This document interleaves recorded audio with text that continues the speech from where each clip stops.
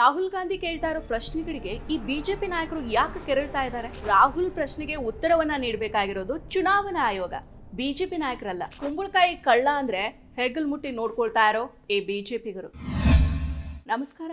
2024ರ ಸಾರ್ವತ್ರಿಕ ಲೋಕಸಭಾ ಚುನಾವಣೆಯ ಸಮಯದಲ್ಲಿ ಬೆಂಗಳೂರು ಕೇಂದ್ರ ಲೋಕಸಭಾ ವ್ಯಾಪ್ತಿಯ ಮಹದೇವಪುರ ವಿಧಾನಸಭಾ ಕ್ಷೇತ್ರದಲ್ಲಿ 1 ಲಕ್ಷ ಮತಗಳ ಕಳ್ಳತನ ನಡೆದಿದೆ ಅಂತ ಲೋಕಸಭೆಯ ವಿರೋಧ ಪಕ್ಷದ ನಾಯಕರಾಗಿರೋ ರಾಹುಲ್ ಗಾಂಧಿ ಅವರು ಆರೋಪ ಮಾಡಿರೋ ಸಂಗತಿ ಇಡೀ ದೇಶದಾದ್ಯಂತ ಒಂದು ಸಂಚಲನವನ್ನ ಸೃಷ್ಟಿ ಮಾಡಿದೆ. ಮತಗಳ್ಳತನದ ಸ್ಫೋಟಕ ದಾಖಲೆಗಳನ್ನ ನವದೆಹಲಿಯಲ್ಲಿ ಗುರುವಾರ ಬಿಡುಗಡೆ ಮಾಡಿ ಶುಕ್ರವಾರ ಬೆಂಗಳೂರಿನಲ್ಲಿ ಅಕ್ರಮ ಮತದಾನದ ವಿರುದ್ಧ ಬೃಹತ್ ಪ್ರತಿಭಟನೆಯಲ್ಲಿ ಭಾಗಿಯಾಗಿ ದೇಶದಾದ್ಯಂತ ಅಭಿಯಾನಕ್ಕೆ ರಾಹುಲ್ ಗಾಂಧಿ ಅವರು ಕರೆಯನ್ನ ನೀಡಿದ್ದಾರೆ.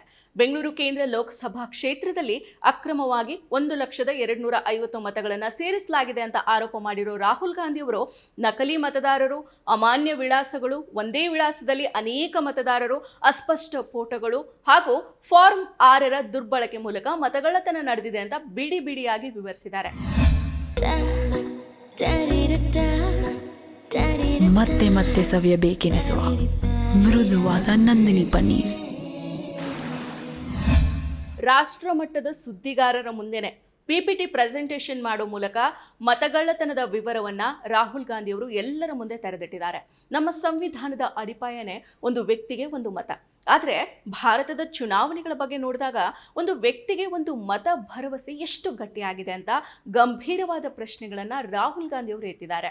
ಮತಗಳ್ಳತನದ ಬಗ್ಗೆ ಅಣುಬಾಂಬನ್ನ ಸಿಡಿಸ್ತೀನಿ ಅಂತ ಹೇಳಿದ್ದ ರಾಹುಲ್ ಗಾಂಧಿ ಅವರು ಅಕ್ಷರಶಃ ಬಾಂಬನ್ನ ಸಿಡಿಸಿದ್ದಾರೆ. ರಾಷ್ಟ್ರ ಮಟ್ಟದಲ್ಲಿ ರಾಹುಲ್ ಗಾಂಧಿ ಆರೋಪ ಸದ್ದು ಮಾಡ್ತಾ ಇದೆ. ಬಿಜೆಪಿಯೊಂದಿಗೆ ಚುನಾವಣಾ ಆಯೋಗದ ಮೈತ್ರಿ ಬಗ್ಗೆ ಅನುಮಾನಗಳು ಕೂಡ ವ್ಯಕ್ತ ಆಗ್ತಾ ಇದೆ. ಓಟು ಚೋರಿ ಶೀರ್ಷಿಕೆಯಡಿ ವಿವರವಾದ ವರದಿ ಬಿಡುಗಡೆಯಾಗಿದೆ. ವ್ಯವಸ್ಥಿತವಾಗಿ ಚುನಾವಣಾ ಅಕ್ರಮ ನಡೆದಿದೆ ಅಂತ ರಾಹುಲ್ ಗಾಂಧಿ ಅವರು ಪ್ರತಿಪಾದಿಸಿದ್ದಾರೆ. ಲೋಕಸಭಾ ಚುನಾವಣೆಯಲ್ಲಿ ಬೆಂಗಳೂರು ಸೆಂಟ್ರಲ್ ಕ್ಷೇತ್ರದಲ್ಲಿ ಮಹದೇವಪುರ ಹೊರತುಪಡಿಸಿ ಉಳಿದ ಎಲ್ಲ ಕ್ಷೇತ್ರಗಳಲ್ಲಿ ಕಾಂಗ್ರೆಸ್ ಮುನ್ನಡೆಯನ್ನ ಸಾಧಿಸಿತ್ತು. ಆದರೆ ಮಹದೇವಪುರದಲ್ಲಿ ಬಿಜೆಪಿಗೆ 1,14,46 ಮತಗಳ ಮುನ್ನಡೆ ಸಿಕ್ಕಿತ್ತು. ಅಧ್ಯಯನ ನಡೆಸಿದಾಗ 1,02,50 ಮತದಾರರು ನಕಲಿ ಅನ್ನೋದು ಗೊತ್ತಾಯಿತು. ಹೀಗಾಗಿ ಈ ಕ್ಷೇತ್ರದಲ್ಲಿ ಬಿಜೆಪಿ ಗೆದ್ದಿದೆ ಅಂತ ರಾಹುಲ್ ಗಾಂಧಿ ಅವರು ದೂರಿದ್ದಾರೆ. ಮಹದೇವಪುರದಲ್ಲಿನ ಮತಗಳ್ಳತನದ ಬಗ್ಗೆ 5 ವಿಧಗಳಾಗಿ ವಿವರಿಸಿರೋ ರಾಹುಲ್ ಗಾಂಧಿ ನಕಲಿ ಮತದಾರರು 11,965 ಇದ್ದಾರೆ. ನಕಲಿ ಮತ್ತು ಅಮಾನ್ಯ ವಿಳಾಸಗಳು 40,009 ಇದೆ. ಒಂದೇ ವಿಳಾಸದಲ್ಲಿ 10,452 ಮತದಾರರಿದ್ದಾರೆ. ಅಮಾನ್ಯ ಫೋಟೋಗಳು 4,132 ಇದೆ. ಹಾಗೂ ಫಾರ್ಮ್ 6ರ ದುರ್ಬಳಕೆಯಲ್ಲಿ 33,692 ಮತದಾರರ ವಿವರ ಇದೆ. ಇದೆಲ್ಲ ಸೇರಿದ್ರೆ 1,02,50 ಮತದಾರರು ಮಹದೇವಪುರದಲ್ಲಿ ನಕಲಿಯಾಗಿದ್ದಾರೆ ಅಂತ ದಾಖಲೆಯನ್ನು ಮುಂದಿಟ್ಟು ಬಯಲು ಮಾಡಿದ್ದಾರೆ.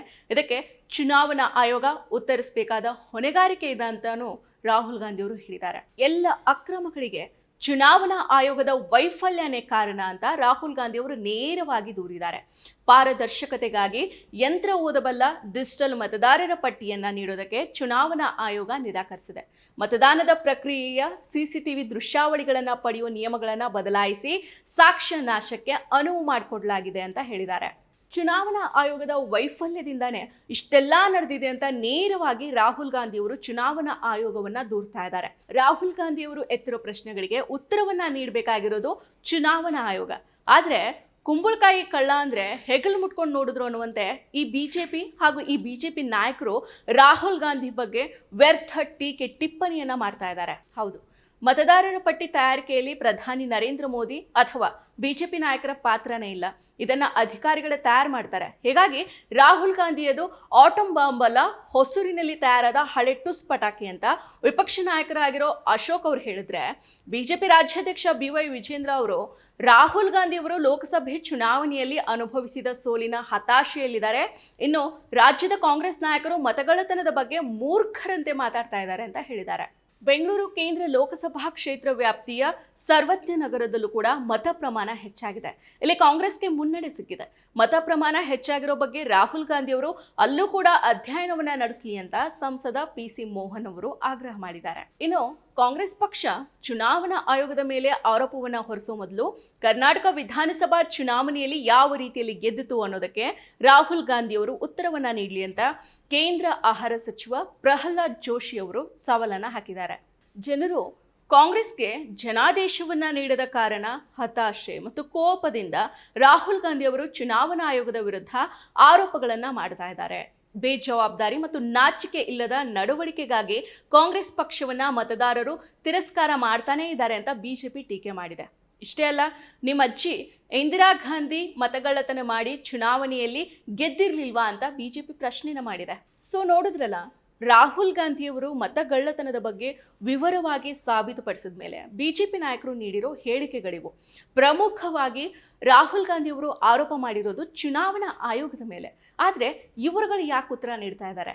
ಮತಗಳ್ಳತನದ ಗಂಭೀರ ವಿಚಾರವನ್ನ ಹೊಸೂರಿನಲ್ಲಿ ತಯಾರಾದ ಹಳೆ ಟುಸ್ ಪಟಾಕಿ ಅಂತ ಆರೋಶಕರು ವ್ಯಂಗ್ಯ ಆಡ್ತಾರೆ. ಹಾಗಾದ್ರೆ ಇದು ಸೀರಿಯಸ್ ಇಶ್ಯೂ ಅಲ್ವಾ? ಹಾಗಿದ್ರೆ ನಿಮ್ಮ ಪ್ರಕಾರ ಯಾವುದು ಸೀರಿಯಸ್ ಇಶ್ಯೂ? ಪರಿಶುದ್ಧ ನಂದಿನಿ ಹಾಲಿನಿಂದ ತಯಾರಿಸಿದ ನೈಜ ನಂದಿನಿ ಐಸ್ ಕ್ರೀಮ್ಸ್. ಇನ್ನು ದಾಖಲೆಯ ಸಮೇತ ಮತಗಳ್ಳತನದ ಬಗ್ಗೆ ರಾಹುಲ್ ಗಾಂಧಿ ಅವರು ಮಾತಾಡಿದ್ರೆ ಮೂರ್ಖರಂತೆ ಮಾತಾಡ್ತಾರೆ ಅಂತ ವಿಜಯೇಂದ್ರ ಅವರು ಹೇಳ್ತಾರೆ. ಆಕ್ಚುಲಿ ಮತಗಳ್ಳತನದ ಬಗ್ಗೆ ರಾಹುಲ್ ಗಾಂಧಿ ಅವರು ಗಂಭೀರ ಆರೋಪ ಮಾಡಿರೋದು ಚುನಾವಣಾ ಆಯೋಗದ ಮೇಲೆ. ರಾಹುಲ್ ಗಾಂಧಿಯವರ ಪ್ರಶ್ನೆಗಳಿಗೆ ಚುನಾವಣಾ ಆಯೋಗ ಉತ್ತರವನ್ನ ನೀಡಬೇಕ ಹೊರತು ಬಿಜೆಪಿ ನಾಯಕರಲ್ಲ. ಆದರೆ ಇದೀಗ ಈ ಆರೋಪಕ್ಕೆ ಬಿಜೆಪಿ ನಾಯಕರು ಉತ್ತರವನ್ನ ನೀಡ್ತಾ ಇರೋದ್ರ ಹಿಂದಿನ ಉದ್ದೇಶ ಏನು? ನಿಮ್ಮ ಅಜ್ಜಿ ಇಂದಿರಾ ಗಾಂಧಿಯವರು ಮತಗಳ್ಳತನ ಮಾಡಿ ಚುನಾವಣೆಯಲ್ಲಿ ಗೆದ್ದಿರ್ಲಿಲ್ವಾ ಅಂತ ಪ್ರಶ್ನೆ ಮಾಡ್ತಾ ಇರೋ ಈ ಬಿಜೆಪಿ ಮತಗಳ್ಳತನದ ಆರೋಪವನ್ನ ಸಮರ್ಥನೆ ಮಾಡ್ಕೋತಾ ಇದೆಯಾ? ಬಿಜೆಪಿ ನಾಯಕರ ಈ ನಡೆ ಹಲವಾರು ಅನುಮಾನಗಳಿಗೆ ದಾರಿಯನ್ನ ಮಾಡಿಕೊಡ್ತಾ ಇದೆ. ಮತ್ತಷ್ಟು ವಿಶೇಷ ವಿಡಿಯೋಗಳನ್ನು ನೋಡಲು ಮತ್ತು ಹೊಸ ವಿಡಿಯೋಗಳ ಬಗ್ಗೆ ತಿಳಿಯಲು ಈ ದಿನ .com ಯೂಟ್ಯೂಬ್ ಚಾನೆಲ್ ಸಬ್ಸ್ಕ್ರೈಬ್ ಮಾಡಿ ಮತ್ತು ಬೆಲ್ ಐಕಾನ್ ಕ್ಲಿಕ್ ಮಾಡಿ.